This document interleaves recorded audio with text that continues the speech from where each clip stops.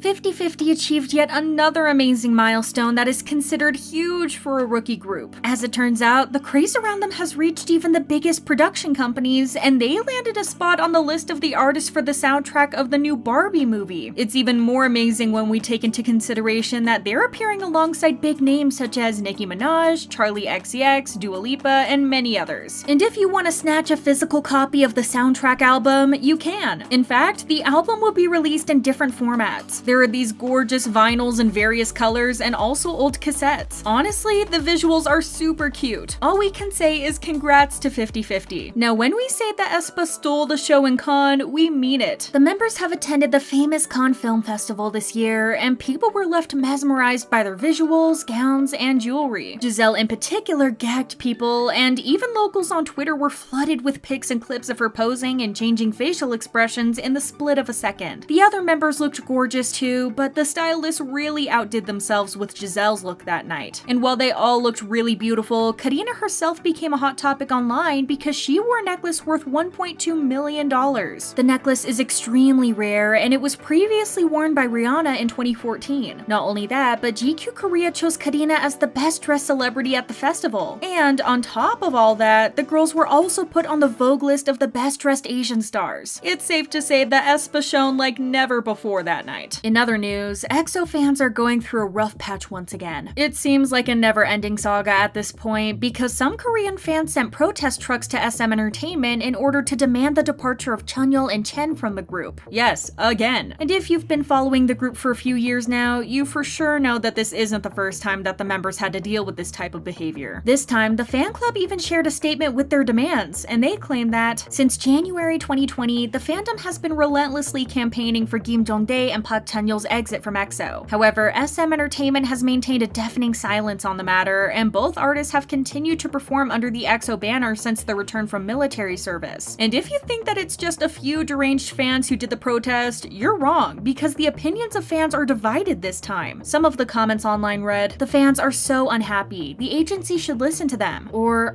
seriously, please leave already. I'm effing fed up seeing their shameless faces in the group while promoting too. These are just two comments among many others. Obviously, the vast majority of fans are on Chen and Chanyeol's side, but despite that, SM should take some action against this type of behavior. It's hard to imagine how they both feel when there are fans protesting and demanding their departure. They're asking for Chen to leave because he got married and became a father, which is heartbreaking in its own way. And when it comes to Chanyeol, they want him gone because of false accusations that were made years ago and were proven fake several times. We can just hope that Chen and Chanyeol aren't hurt way too much by these so-called fans, and that they know that they still have huge support. But we must say that lately, they have been both harassed excessively online. Only recently had Chanyeol been attacked by people after he donated money, so it's horrible to see this happening again. It's becoming increasingly disturbing at this point. It was just a few days ago that HwaSa was under fire for her choreography of the song Don't Give at a festival. The choreo included dance moves that were by many Korean netizens considered controversial and inappropriate. International fans didn't make a big deal out of it, but it ended up causing a stir again when a video of HwaSa performing at Mamamoo's Nashville concert went viral on the internet. The video in question started to trend on May 23rd, and it quickly made people take a second look. In this particular video, HwaSa is seen lifting her shirt up and exposing her bra. In this case, the situation is completely different as the reactions are rather positive. Only a small portion of netizens, both Korean and international, had any issue with it. In fact, it seems like it's only the online media outlets that are making a big deal out of it by writing articles in a style that suggests that HwaSa caused a controversy. The reports on the situation have been receiving a lot of backlash from fans due to how it's being presented. Many people are pointing out that it's showing how huge the double standards are for men and women. To give you an example, one Twitter user pointed out how all K-pop wrote a positive post about Hyunjae from The Boys, in which they basically praise him for showing off his muscular body. But when they reported on HwaSa, they claimed that her actions were provocative. One fan commented, "This just shows the double standards in K-pop. Men are allowed to be shirtless and HwaSa can't even lift her shirt? This is genuinely stupid." And we can only agree with this, as it's truly stupid to judge her for it. HwaSa is actually not the first idol to do this. Previously, Hyuna has been criticized multiple times for her outfits and choreography. But isn't it time to stop being so controlling over women's bodies? If male idols can show off their skin in 9 out of 10 of their performances, why is it that female idols are bashed for even raising their shirts? The whole thing is simply ridiculous. Speaking of women's bodies being discussed and criticized, twist, we are unfortunately not done yet, as IVE's WonYoung has been a hot topic again. Netizens have been discussing her weight lately, claiming that she has now gained weight. A few months ago, they've been discussing how she lost too much weight, and now they're pointing out the exact opposite. The post in question that trended on Pandate was written in a positive manner, but the reactions and feedback were that no matter what the intentions are, people should simply put an end to the discussion of WonYoung's weight. The original poster compared WonYoung's images from the Afterlike era to her current photos, and they wrote, "She's still super thin, but personally, I prefer her after. She's way prettier, so I hope she stops dieting so harshly and takes care of her health while promoting." While fans claim that the only reason why they discuss her weight is because they're concerned, it's gotten to the point that it's unlikely. We all see that there's too much pressure on WonYoung lately, so it would be best if the posts about her weight never returned, although that's probably just wishful thinking on our side. And now to the biggest drama of the week. Jessica Jung has been a hot topic lately due to the controversy surrounding her fashion brand Blanc & Eclair. It seems like she's facing eviction from a building where her main shop resides due to the lack of funds. The shop in question is located in Gangnam, and Jessica opened it in September of 2020. The owner of the building claims that Jessica didn't pay rent several times since August of 2021. However, the whole situation is much